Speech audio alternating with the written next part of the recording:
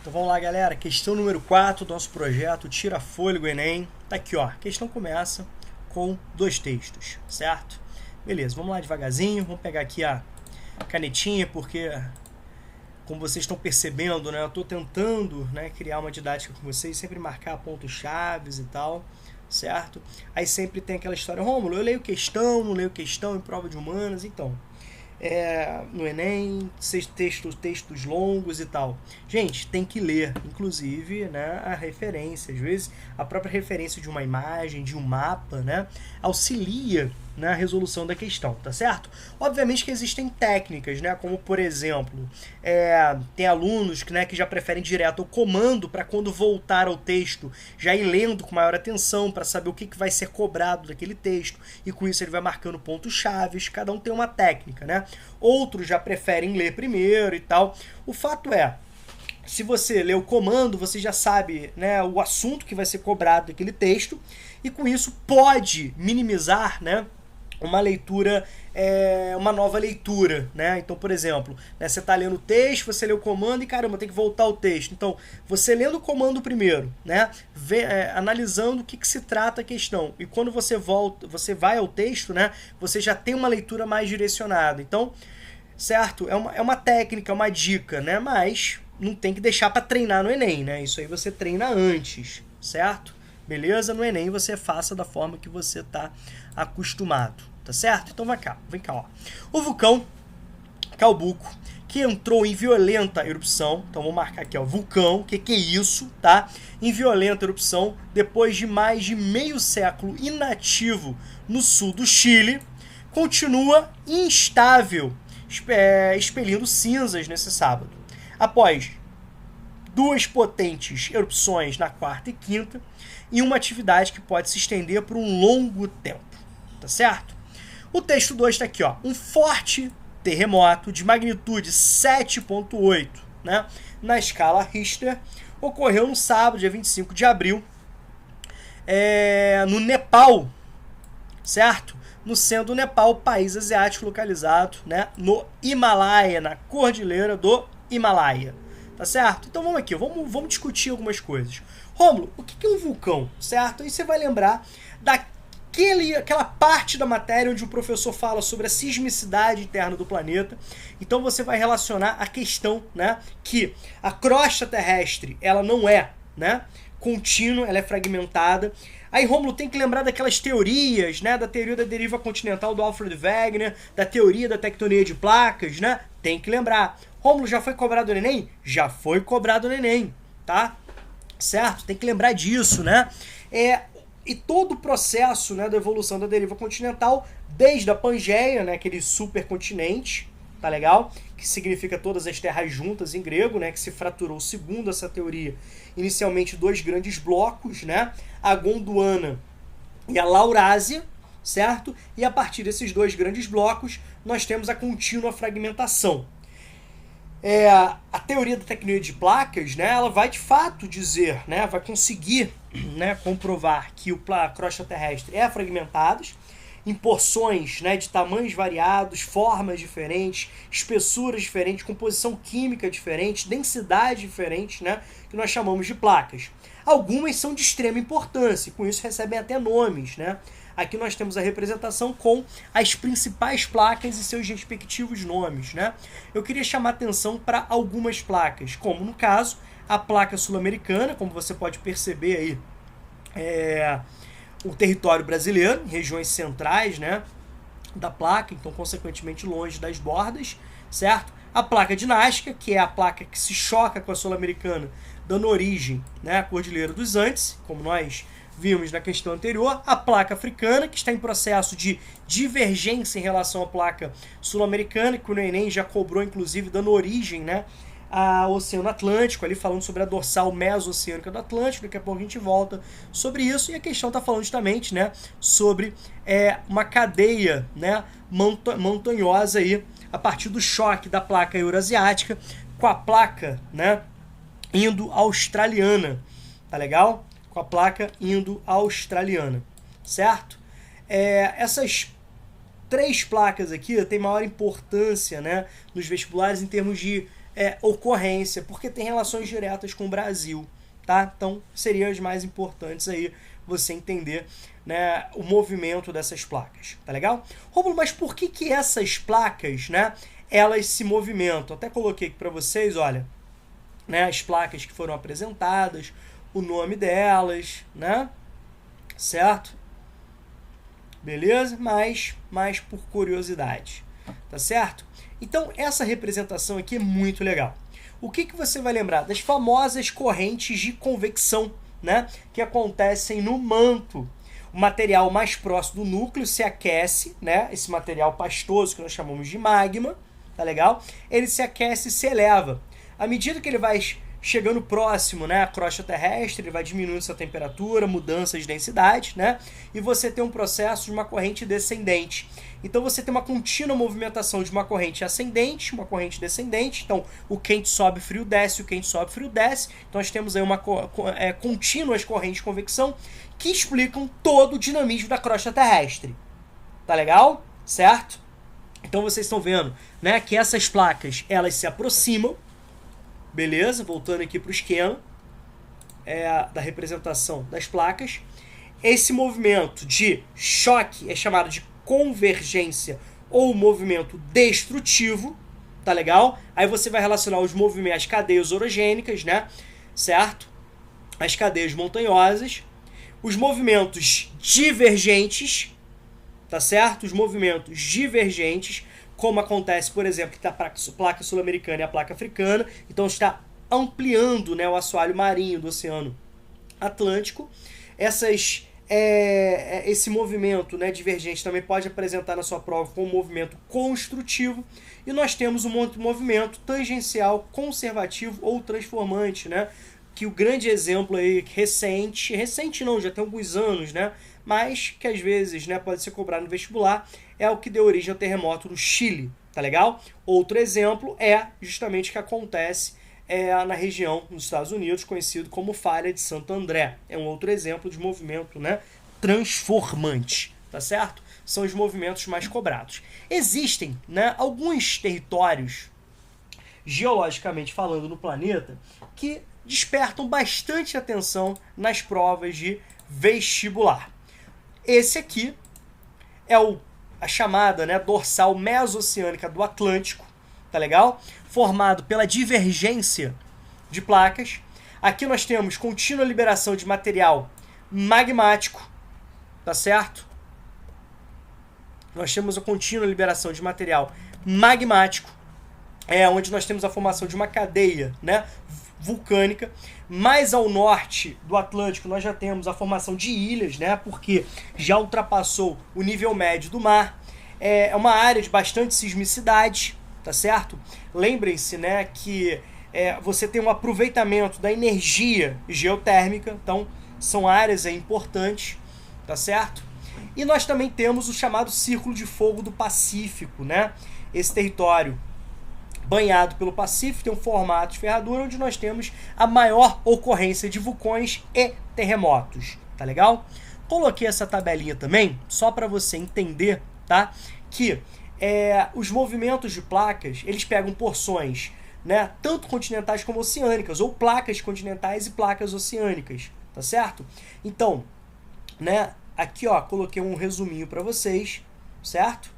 Então, o movimento de divergência entre placas oceânicas, entre placas continentais, tá certo? Entre feições continentais e as suas consequências, né? Os eventos geológicos recorrentes, certo? Nós falamos muito, por exemplo, sobre a convergência, né, de uma estrutura continental e uma estrutura oceânica, como, por exemplo, a placa de Nazca e a placa sul-americana colidindo-se, né, e dando origem à Cordilheira dos Andes, onde nós temos, né, uma área de subducção, né? Nós temos a ascensão do magma com a formação de vulcões, que a gente vai falar daqui a pouco, que a questão traz, tá certo? Formação de cristas, né, que está até escrito errado, certo? Áreas abissais, né, onde nós temos ali áreas bem profundas, tá certo? Beleza? São os exemplos. A questão também falou do Himalaia, que é o choque de uma placa continental com uma placa continental. Aí você pega e fala o seguinte: Rômulo, vê se eu entendi. Quando uma placa oceânica se choca com uma continental, a placa oceânica mais densa, ela vai deslizar para debaixo da placa continental? Isso. Romulo, quando duas placas, né, oceânicas se chocam, como é o caso no Japão, o que vai definir quem que vai entrar ali, quem que vai deslizar para debaixo da outra? Já que as densidades são próximas. É a velocidade. A mais veloz tende, né, a deslizar para debaixo da menos veloz. Tá legal? Agora, quando você está falando de placas continentais, como acontece, né, na região do Himalaia, cara, são estruturas muito extensas. A gente está falando de estruturas continentais. Então, literalmente, né, a gente não tem como uma deslizar para debaixo da outra, gerando que uma vai entrando, né, entre aspas, dentro da outra, tá certo? Essa região é chamada de obducção, tá? Não pode confundir com subducção, é quando uma placa, né, desliza para debaixo da outra e a feição que desliza, né, para debaixo é uma área de subducção, tá?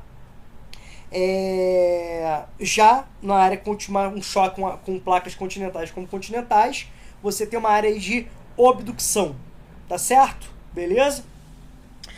Agora dá uma olhada aqui, galera, nessa imagem. Compare os limites de placas com a ocorrência de vulcões. Rômulo, o que são vulcões? Mais do que isso, né? O professor ou a professora de geografia fala sobre os agentes modeladores do relevo terrestre. Nós temos os agentes endógenos ou internos, né? E nós temos os agentes exógenos ou externos. Quando a gente fala dos agentes internos, a gente está falando dos agentes construtivos, né? Principalmente construtivos. Quando a gente fala dos agentes externos, a gente está falando daqueles agentes que vão modelar esse relevo. Então, quando a gente fala dos agentes internos, a gente pensa no vulcanismo, no abalo sísmico, né? E no tectonismo, certo? Rômulo, então o que são vulcões? Gente, vulcões, de uma forma bem didática, nada mais são do que fendas abertas na crosta terrestre, pelas quais o magma atinge a superfície terrestre, né? Com direito a explosões, com liberação, né, de material rochoso, com grande liberação, né, de uma fumaça extremamente tóxica, né? Que pode trazer estragos e perdas, né, não somente materiais, mas humanas significativas, pode atrapalhar, por exemplo, o tráfego aéreo, tá legal? A gente já viu alguns exemplos, né, na Islândia, né, chegando a atrapalhar aeroportos na Europa, na porção continental da Europa, tá legal? Então é importante a gente lembrar disso. Olha aqui, ó, que eu citei para vocês aqui, ó, o Círculo de Fogo do Pacífico, tá legal? Beleza? Olha aqui, ó, a dorsal meso-oceânica do Atlântico, beleza? Então nós temos essas caracterizações. Outro ponto, tá? Não é só destruição quando a gente pensa no vulcão, certo? Falamos, né, bastante sobre os solos de origem vulcânica, como acontece em porções do Brasil, sobretudo do Brasil meridional, né, pegando ali porções, né, não somente dos estados do sul, né, mas pegando também São Paulo, né, Oeste Paulista, né, pegando Paraná, pegando uma faixa ali do sul do Brasil, que é o litossolo, solo de terra roxa, tá legal? Então são solos férteis, né, solos de origem basáltica. Também tem a exploração de energia do interior do planeta, que eu falei sobre energia geotérmica, tá? Utilizando a temperatura, né, para a produção de energia, certo? E a questão do turismo, né? De certa forma, são explorações econômicas importantes, tá certo? Beleza. Dentro desse aspecto, vou voltar para a questão aqui, ó. Então você já entendeu o que é um vulcão, você já sabe que a gente está falando do Chile, Cordilheira dos Andes, a gente está falando do Himalaia, Nepal, Himalaia, né? Também um dobramento moderno. E tá aqui, ó, a ocorrência dos fenômenos descritos, certo? Nos textos 1 e 2, justifica-se pela grande sismicidade no interior do planeta, certo? Pelas correntes de convecção, onde nós temos reflexos principalmente nas áreas de bordas de placa, tá legal? Nesses dois exemplos, em choques, placas convergentes, bordas destrutivas de placas, certo? Então tá lá, proximidade das dorsais oceânicas? Não, tá legal? São áreas convergentes, né? Na proximidade das extremidades de placas, convergentes, né? Deixa eu trocar aqui de cor para a gente poder oficializar o gabarito, certo? Áreas de escudo cristalino? Não, né, gente? Escudos cristalinos, áreas cratônicas são áreas mais estáveis, né? Como acontece em cerca de 36% do território brasileiro, né? O Brasil tem montanhas? Não, né? O Brasil tem dobramentos modernos? Não. O Brasil tem dobramentos antigos, né? Por isso que é muito modesto a média de altitude do relevo brasileiro. Mais de 90% do relevo brasileiro, ele tem, né, menos de 900 metros. Então isso é muito modesto quando a gente compara, por exemplo, aos nossos vizinhos andinos, que é uma estrutura muito antiga, né, que foi e é, né, fustigada, né, erodida pela ação intempérica erosiva, né? Olha a quantidade de milhões de anos aí em processo intempérico. Tá legal? Proximidade de bacias sedimentares, também não, né? São dobramentos modernos, certo? Localização na zona tropical da Terra, mais sujeito a esse fenômeno também está fora, né? Não tem relação aí com a sismicidade, sim com a estrutura interna do planeta, né? A fragmentação em placas tectônicas, a movimentação. Então a gente trabalhou importantes conceitos, tá legal? Certo? Só para aprofundar aqui um pouquinho, a escala Richter, né? A principal forma de aferição do tremor, que até a década de 30, né, antes, né, Charles Richter apresentar essa forma de aferição, classificava-se muito um terremoto, né, pela sua capacidade de matar, de destruir. Então matou muita gente, destruiu muita gente, certo? Terremoto fortão. Mas, né, a gente precisa entender outros fenômenos, outros fatores, né, para a gente entender a capacidade destrutiva. A escala Richter é uma escala aberta, né, certo? Mas nunca registrou um tremor, né, de 10 graus na sua escala. O tremor de maior magnitude aconteceu no Chile, na cidade de Valdívia, na Cordilheira dos Andes. Foi em 1960, foi 9,5 na escala Richter. Tá legal? Certo? E a destruição, né, a capacidade destrutiva de um terremoto tem que estar relacionada, está relacionada, né, ao seu hipocentro. Rômulo, o que é o hipocentro? É o local da origem desse sismo, né? Lá no interior da crosta, onde você tem um atrito, a produção de calor, a produção de energia, certo? Certo? Se você tem um hipocentro mais profundo, né, menor, né, é justamente a energia que chega à superfície. Quanto mais raso, mais superficial for esse hipocentro, tá certo? Mais energia chega à superfície. Tem a ver com o epicentro, que é o local da superfície terrestre onde o sismo, né, se propaga. Então, quanto mais próximo for o epicentro de uma grande aglomeração urbana, né, populacional, maior vai ser a destruição. Quanto mais afastado, menor vai ser o estrago. E também o grau de desenvolvimento socioeconômico que muitos vestibulares gostam de trabalhar, certo? Os países, né, desenvolvidos, como o exemplo clássico é o Japão, né, que se prepara de forma infraestrutural, com estudos, né, com treinamentos, ele minimiza as perdas materiais e a destruição, certo? Mesmo estando numa área crítica de choque de placas, né? Como a gente viu, faz parte ali do ciclo de fogo pacífico.